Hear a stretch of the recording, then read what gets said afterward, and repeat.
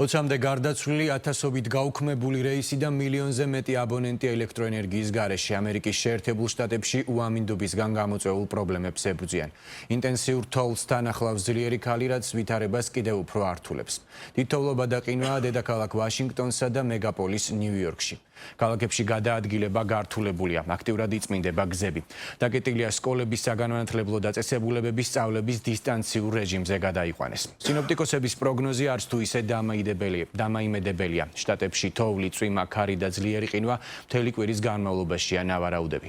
არქტიკულ ალყაში ჯამში 30-მდე შტატი უნდა მოექცეს. რთულია ვითარება კანადაშიც. ანომალიური ყინვის გამო ქვეყნის რამდენიმე რეგიონში განგაშის ნარინჯისფერი ნიშნული გამოცხადდა. მარიამ რობაქიძე დეტალებით.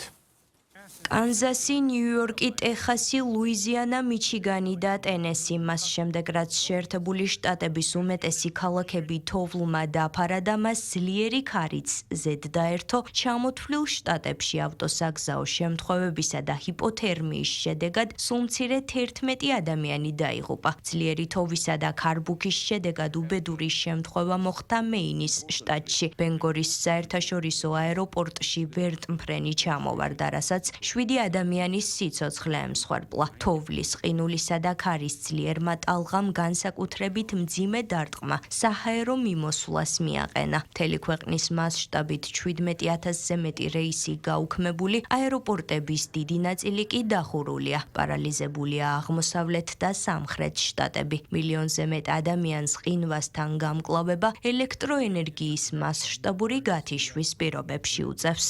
არქტიკულმა ალყამ მოიცვა ჩვენი და ქვეყნის მასშტაბით კიდევ მრავალი შტატი. ის თოვლის ქარბუქი, რომელსაც ველოდით ახლა მიმდინარეობს და ის სასტიკი და საშიშია. ჩვენ მარტო არ ვართ. ის მალე 30 შტატს მოიცავს. ჩვენ ველოდებით ყველაზე ხანგრძლივ სიცივეს და თოვლის ყველაზე მაღალ ნიშნულს, რაც კი შტატში ბოლო რამდენიმე წლის განმავლობაში გვინახავს. დაზარალებულ შტატებში ელექტროენერგია შესაძლოა რამდენიმე დღის განმავლობაში იყოს გათიშული. ეს კი იმ ფონზე, როდესაც მეტეოროლოგები უახლოეს პერიოდში თოვლის საფარის 30 სანტიმეტრამდე გაზრდას და ტემპერატურის კიდევ უფრო ვარდნას პროგნოზირებენ. გარდა ამისა, ვარაუდობენ, რომ გათბობის არარსებობის პირობებში მილებიც შესაძლოა გასკდეს. ანომალიური ყინვისა და ქარბუქის პირობებში ქვეყნის 18 შტატში საგანგებო მდგომარეობაა გამოცხადებული. უამინდობის გამო სხვადასხვა ქალაქებში, მათ შორის ნიუ-იორკში, ჩიკაგოსა და კლივლენდში, სკოლები და კოლეჯები დისტანციურ სწავლებაზე გადავიდნენ. ექსტრემალური ამინდის პირობებში დისტანციური სწავლება იქნება. პირისპირ სწავლება არ ჩატარდება. სკოლის შემდგომი ყველა პროგრამა, ზრდასრულთა განათლება და სკოლაში დაფუძნებული პროგრამები გაუქმებულია. ვიცი, ამან შესაძლოა ზოგიერთი სტუდენტის იმედგაცრუება გამოიწვიოს. ასე რომ, თუ დამინახავთ, შეგიძლიათ თოვლის გუნდა თავისუფლად მესროლოთ. პროგნოზის მიხედვით 11 ინჩამდე თოვლია მოსალოდნელი. ჩვენ გვაქვს საკმარისი რესურსი, რომ ქალაქში ყველა ნიუ-იორკელი შევიფაროთ.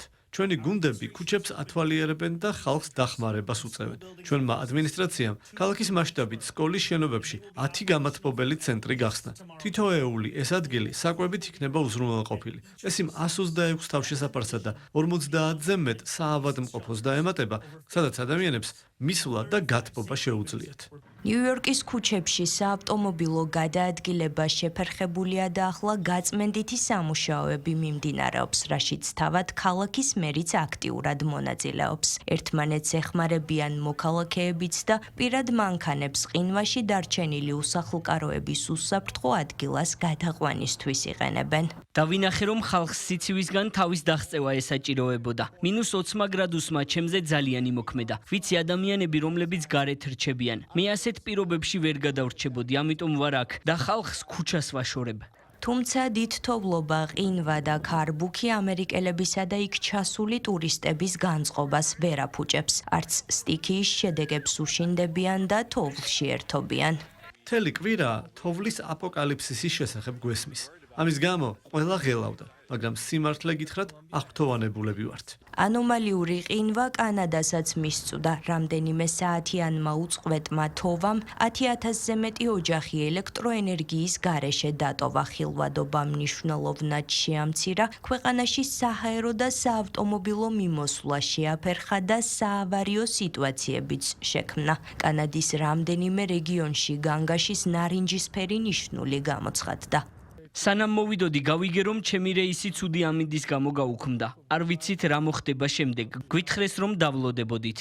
ძლიერმა თოვამ მრავალი ავტოსაგზაო შემთხვევა გამოიწვია გერმანიაშიც. უამინდობის პირობებმა ქვეყანაში საჰაერო მიმოსვლაც შეაფერხა. ზამთრის შტორმის გამო გერმანიის საგარეო საქმეთა მინისტრი იძულებული გახდა მარშრუტი ბოლო მომენტში შეეცვალა. საბოლოოდ იოჰან ვადეპული ლატვიასა და შვედეთში დაგეგმილი შეხვედრებისთვის ბერლინის ნაცვლად ლაიფციგიდან გაემგზავრა. ლაიფციგამდე კი მატარებლით მივიდა. ზამთრის შტორმთან გამკლავება უწევთ იაპონიაშიც. უამინდობამ ავიამიმოსვლა აქაც შეაფერხა. 50-ზე მეტი რეისის გაუქმების გამო 7000-მდე მგზავრს ღამის გატარება აეროპორტში მოუწია.